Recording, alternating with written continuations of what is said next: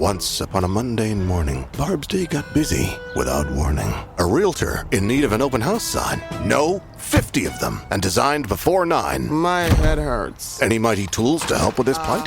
Aha! Barb made her move. She opened Canva and got in the groove. Bulk creating Canva sheets. Create 50 signs fit for suburban streets. Done in a click, all complete. Sweet! Now, imagine what your dreams can become when you put imagination to work at canva.com. Bueno, de entender cómo estos discursos, que para algunos nos puede parecer como extraños, como incluso causar cierto rechazo, han ganado tanta popularidad y logran atraer cada vez más a personas que, como decía antes, son las que más sufren las desigualdades del sistema social que vivimos, pero cómo logran atraer cada vez más, y esa fue un poco la pregunta que me orientó a hacer el análisis, como entender, bueno, esto, qué aspectos venían germinando dentro de la sociedad posmoderna o lo que es la actualidad para que empiecen a entrar cada vez más estos discursos que realmente preocupa hasta el punto donde pueden llegar. O sea, cada vez me parece que preocupa más la violencia que se está gestando y hasta dónde podemos llegar con este tipo de movimientos que se vienen gestando cada vez más, organizando más y siendo cada vez más masivos. Yo me pregunto lo mismo que ella. ¿Cómo?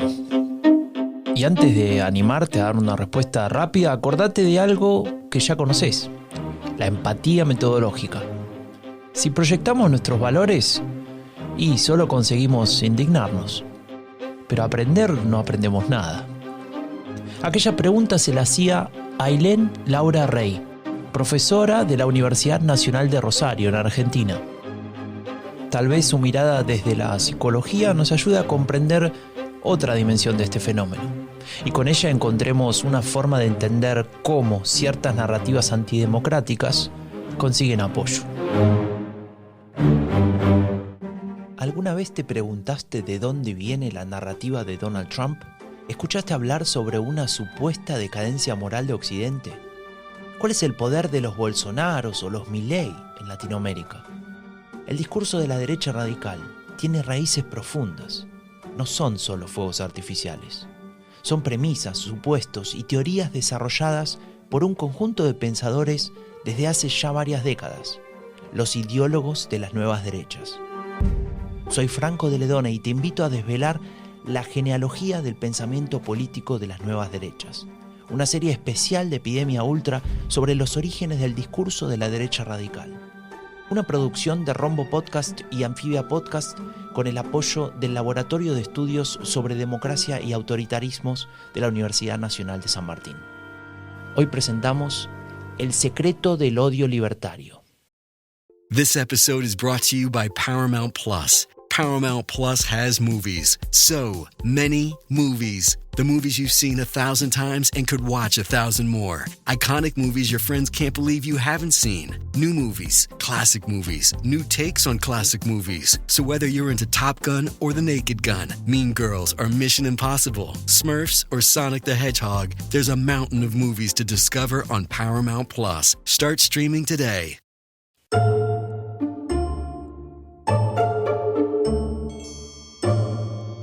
Ya estamos llegando a Rosario, en la provincia de Santa Fe. Voy a visitar a esa profesora que escuchaste al inicio de este episodio, Ailén Laura Rey. Ella trabaja en la Universidad Nacional de Rosario, como te conté, en la Facultad de Psicología más precisamente.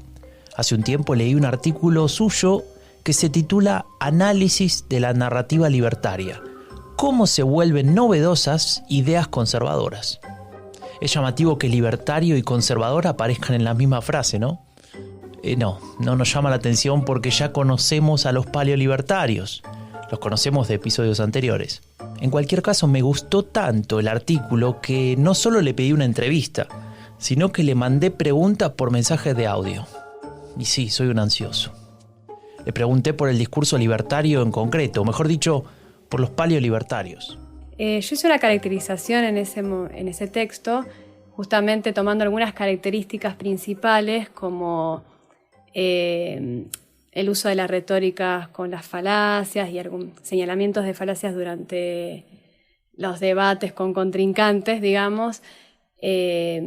También lo que sería el componente moral muy fuerte que tiene el pensamiento libertario, de donde ahí, por más que se presente como un pensamiento más económico, una idea económica, en realidad encarna un componente moral que establece al liberalismo como salvador y al Estado o al comunismo o los grupos de izquierda como los que estarían culpables de esta supuesta decadencia moral, del declive, sí, que lo vamos viendo, que en realidad tiene que ver con los avances de los movimientos de izquierda, se ve como esto, una desmoralización, una decadencia. Decadencia. Un concepto muy conocido por nosotros, ¿no? Me da la impresión de que en este episodio nos vamos a reencontrar con muchas ideas que aparecieron en esta serie. Yo hablo de un liberalismo ad hoc.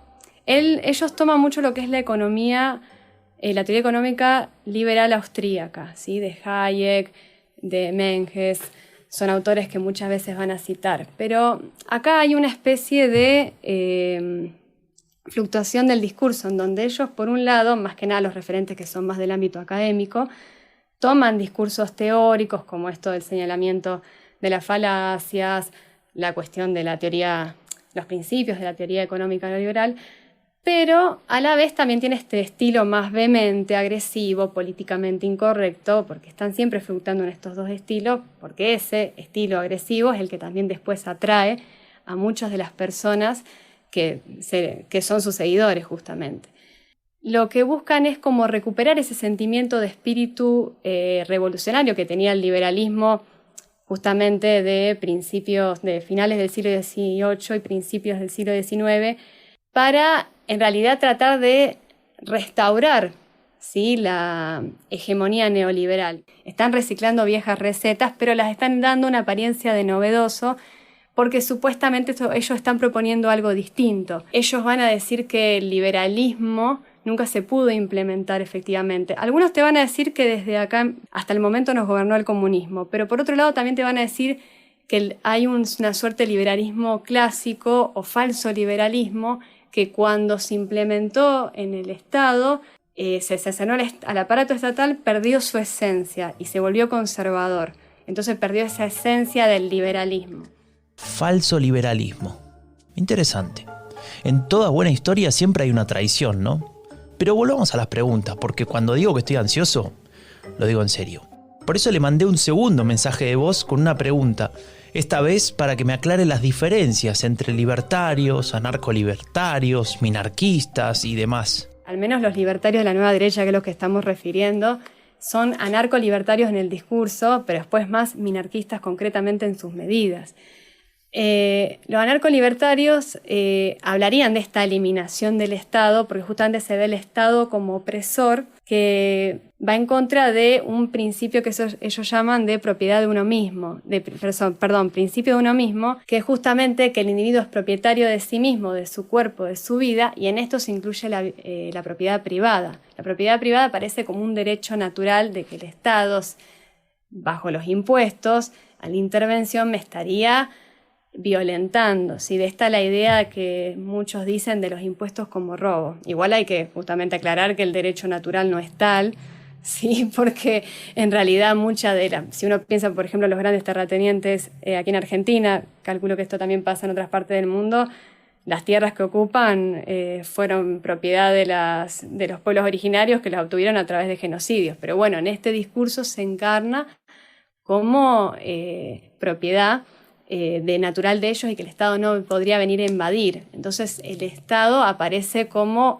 un opresor, aparece incluso como un monopolio. Ahí como que toman esto de lo que decían desde el espíritu del revolucionario, del liberalismo, en contra del monopolio, pero el monopolio no dirigido a los grandes grupos económicos, sino al Estado, cumpliendo su función mínima, digamos. El enemigo entonces para este discurso es el Estado. Pero después es lo que, insisto en que los libertarios, al menos incluso acá Milei, que es un gran representante del movimiento libertario, si no sería hasta un líder, él mismo se define como minarquista, que lo que implica es no la eliminación del Estado, sino la reducción de su accionar a generalmente a las actividades bélicas y a lo que es el control social, entre comillas, que sería el uso de las fuerzas del aparato represor del Estado para reprimir la protesta social.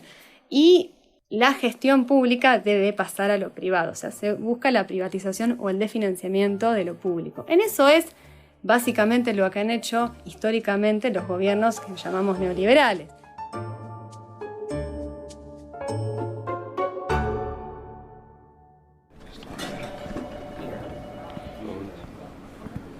En los despachos de la Universidad Nacional de Rosario se puede grabar de maravilla. No hay ruido, no hay eco y encima me prestaron un micrófono espectacular. Más no se puede pedir. Mientras Aylén Rey ojea ese libro de Patrick Hermanson y compañía sobre la alt-right internacional, más precisamente el capítulo sobre los libertarios de derecha y sus coincidencias con los sectores de la alt-right que siguen ideas ultraconservadoras, aprovecho para chequear el sonido por última vez. Todo bien, ahora sí, va la pregunta. Hermanson y sus colegas afirman que la paradójica alianza entre la lógica libertaria y los principios ultraconservadores, que obviamente tienden al autoritarismo, se debe a que comparten objetivos concretos, comunes. Por ejemplo, están en contra de la discriminación positiva, aunque por causas diferentes. ¿Coincidís con esta idea? No, yo coincido con la postura de Hermanson de que son... comparten objetivos comunes, pero también porque tal vez no sean realmente movimientos tan distintos, por más que sean contradictorias algunas ideas, por más que si uno piensa la defensa de la libertad a ultranza que proponen los libertarios es contradictoria con una idea de ultraderecha de control incluso de las conductas y restricciones de libertades en muchos sentidos. Tiene muchas contradicciones el movimiento libertario en sí, como el considerarse... criticar a la casta y ser apolítico, o sea, hay muchas contradicciones dentro del discurso y muchos elementos que se unen porque yo estaba pensando en que en realidad son movimientos que en el pensamiento de las ideas pueden ser distintos, pero que comparten un mismo objetivo político y es enfrentarse contra este avance del populismo, este avance del intervencionismo de Estado.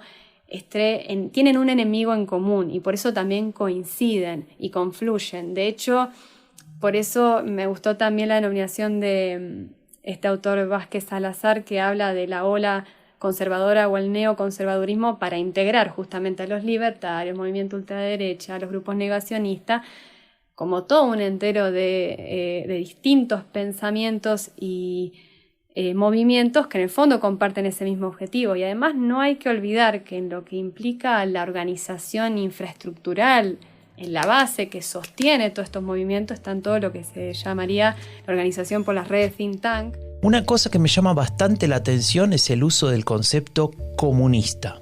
Y me interesa porque pareciera que va mucho más allá de la teoría política en sí. Pareciera que se trata de una palabra con una carga de sentido mucho mayor. Por suerte, Rey me lo explica de forma muy clara. Yo hablaba de un rehash de la Guerra Fría, donde resucitamos a los muertos de la Guerra Fría, del comunismo, y bajo ese rótulo se engloban no solo partidos de izquierda, sino incluso de centro, o que bien pueden ser capitalistas, pero conforman opositores políticos en disputas de poder.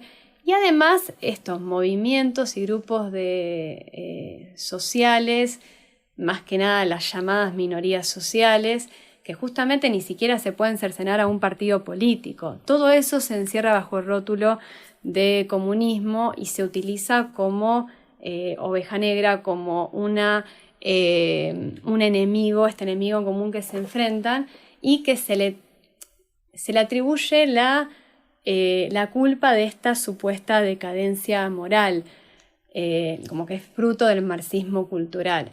Porque ahí está lo que dicen algunos libertarios, que sí, habría una especie de batalla ganada en un plano económico, pero en lo cultural estamos perdiendo la batalla cultural, se ponen desde ese lugar y a través del avance de las luchas de las minorías sociales. Te aseguro que no estaba planeada así la entrevista, pero parece un verdadero repaso por todos los conceptos importantes de la serie. Aunque ahora que lo pienso... no es casualidad, ¿no? Creo que a mí me parece importante hablar de esto de decadencia moral porque esta es una idea no solo desde el pensamiento libertario, sino que desde el imaginario, desde el social, que aparece como esta sociedad supuestamente laissez-faire que permite todo, que es cada vez que estamos cayendo en un libertinaje desenfrenado, donde es cierto que se han perdido ciertos valores de la modernidad o de esa época. Y es cierto que en parte esa pérdida tuvo que ver con luchas que se hicieron desde las minorías sociales, porque muchos de esos valores subyacían supuestos racistas, clasistas, eurocentristas, misóginos y heterosis normativos, por ejemplo, de la familia heterosis, de estereotipos de género, de la mujer desde el lugar solamente como madre y por eso el horror del aborto. O sea, hay un montón de ideas que subyacían que obviamente se fueron cuestionando y rompiendo y destruyendo esos valores, pero también a la par hubo una hiperindividualización promulgada por el propio neoliberalismo de los 90 que fagocitó las luchas sociales y las puso al orden de las lógicas del mercado, en donde también esa banalización es parte también de las lógicas del mercado. Sin embargo, el culpable es las minorías sociales y no el mercado, su accionar en muchas cosas que, por ejemplo, suceden en las redes sociales y en la valorización de la imagen que vemos hoy en día. Lo que nos cuenta Ailén Rey tiene relación con la configuración de la manosfera y los movimientos feministas, por ejemplo. Especialmente la cuestión de la victimización que utiliza de forma recurrente esta narrativa de los paleolibertarios. Yo lo que me puse en esa parte del artículo es decir, bueno, ¿cómo lo ven las personas que están fuera de los movimientos?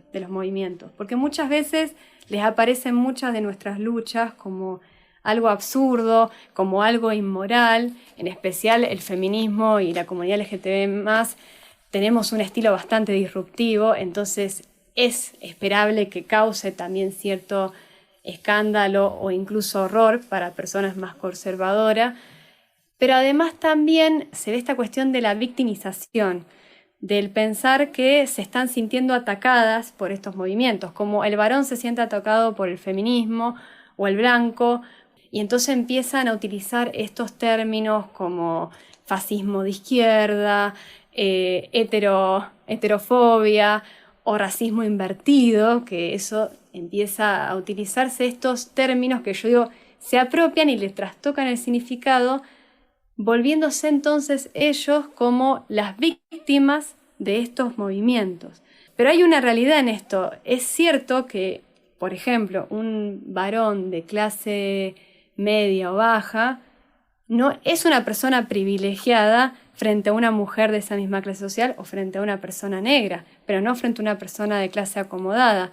Esa persona, por eso, también no se ve a sí misma como privilegiada, porque de hecho no lo es.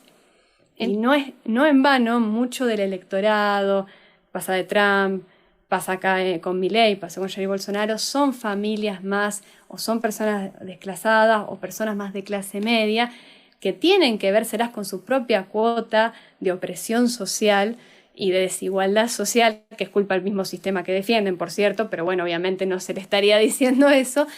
Entonces, como que de repente, ¿cómo somos privilegiados? ¿Cómo nosotros tenemos más derecho? Entonces, ahí empiezan a sentir, a mí el Estado no me está haciendo nada por mí, sí les hace a esto, a las personas trans que les da un cupo, si les hace a las mujeres, si les hace a las personas negras y no a mí. Entonces aparece este discurso de injusticia y de como si en realidad se volvieron, esto fue gracias a la narrativa libertaria y a todo el aparato mediático informático que lo puede sostener, volvieron a las minorías sociales, las volvieron estos privilegiados, este New Establishment que oprimía y victimizaba a las personas con sus comunes que no saben por qué de repente son atacados entre comillas. Y ahí es donde aparecen estos términos, estos eslogan invertidos, que lo que logran hacer es que las ideas conservadoras se vuelvan revolucionarias, que la vuelta al pasado se vuelva novedoso y revolucionario,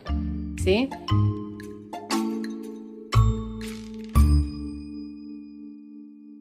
No, yo no soy político, yo soy un outsider y básicamente, digamos, entiendo las reglas del juego, me meto al sistema para justamente, digamos, terminar con esta casta política que nos ha empobrecido a todos, o sea... Quien habla es Javier Milei, un líder paleolibertario argentino. En su discurso la antipolítica juega un rol fundamental. Hacia volver a abrazar las ideas de la libertad.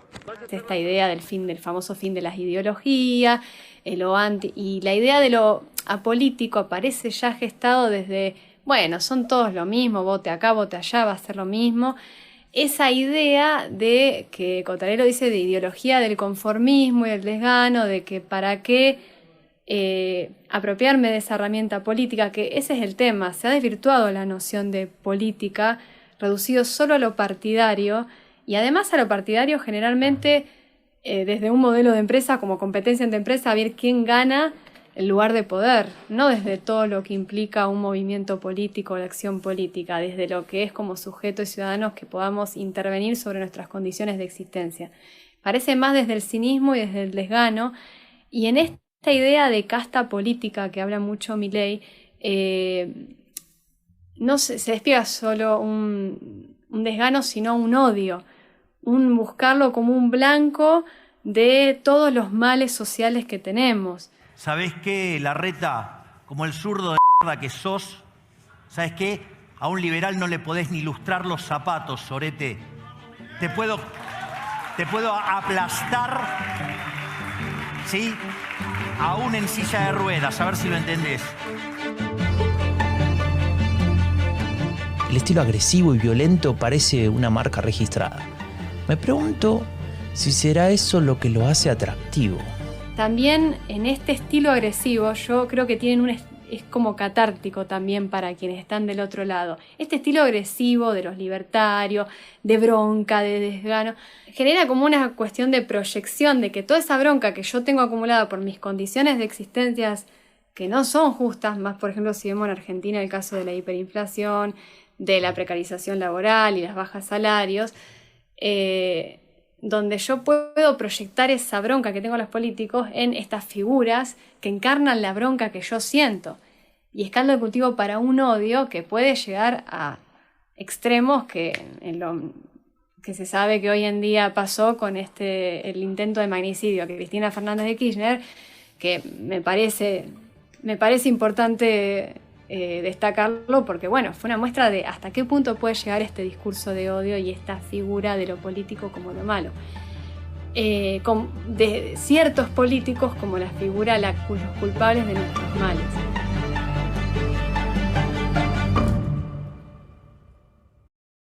This episode is brought to you by Marqeta. When it comes to your payments provider, you can't afford to compromise. Marqeta's modern payment solutions flex with your business without the trade-offs. Stable and agile, secure and innovative, scalable and configurable. If they say you can't have it all, don't believe them. Your business demands more. Choose a payments provider that delivers more. Choose Marqeta. Visit marqeta.com/Spotify to learn more. This episode is brought to you by Progressive Commercial Insurance. Business owners, meet Progressive Insurance. They make it easy to get discounts on commercial auto insurance and find coverages to grow with your business. Quote in as little as 8 minutes at progressivecommercial.com. Progressive Casualty Insurance Company. Coverage provided and serviced by affiliated and third-party insurers. Discounts and coverage selections not available in all states or situations.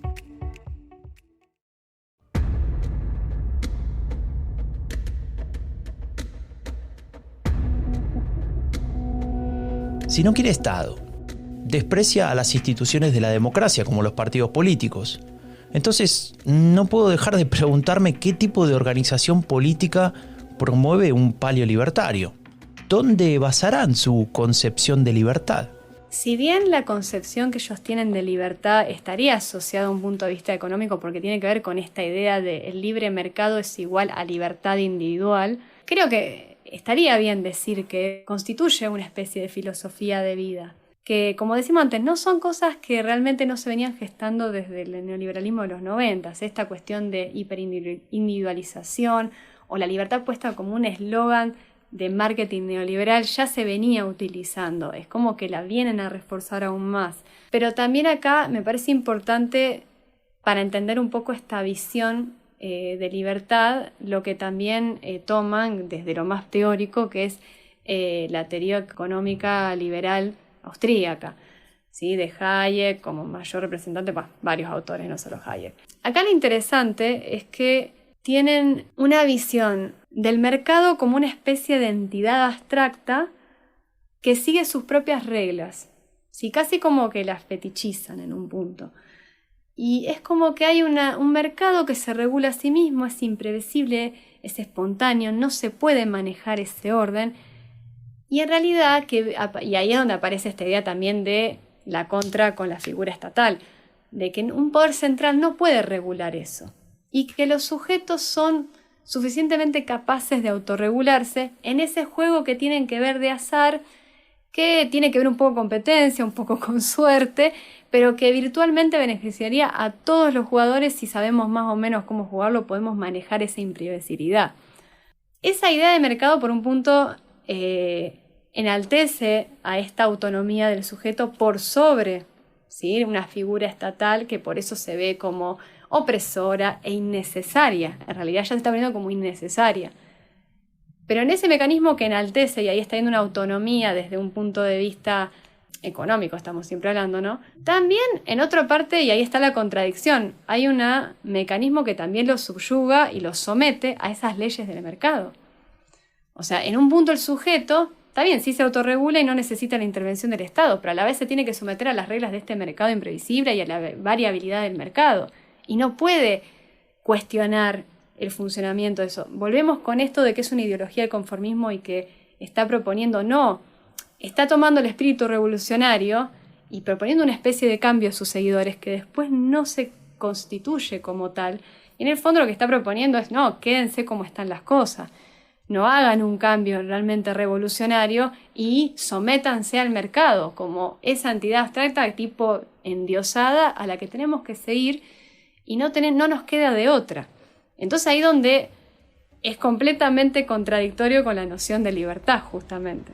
Contradictorio con la libertad. Me quedo con esa frase retumbando en mi cabeza mientras viajo de vuelta a Buenos Aires. Me alegro de haber aprendido más sobre el entramado de conceptos que construyen las narrativas antidemocráticas actuales, hablando con Ailén Laura Rey, psicóloga y profesora en la Universidad Nacional de Rosario en Argentina. Pareciera que bajo un supuesto programa de libertad absoluta e irrestricta, en realidad se oculta una propuesta que se sostiene en la agresión del adversario político. Una apuesta por la polarización total que desprecia a las instituciones democráticas y puede desembocar, como lo vimos en otros episodios de esta serie, en un autoritarismo de manual. Exactamente lo opuesto a lo que quisiera un votante libertario, ¿no?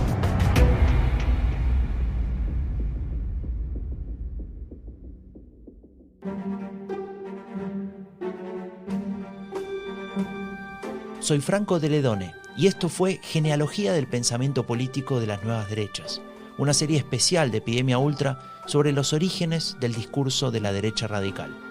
Una producción de Rombo Podcast y Anfibia Podcast con el apoyo del Laboratorio de Estudios sobre Democracia y Autoritarismos de la Universidad Nacional de San Martín.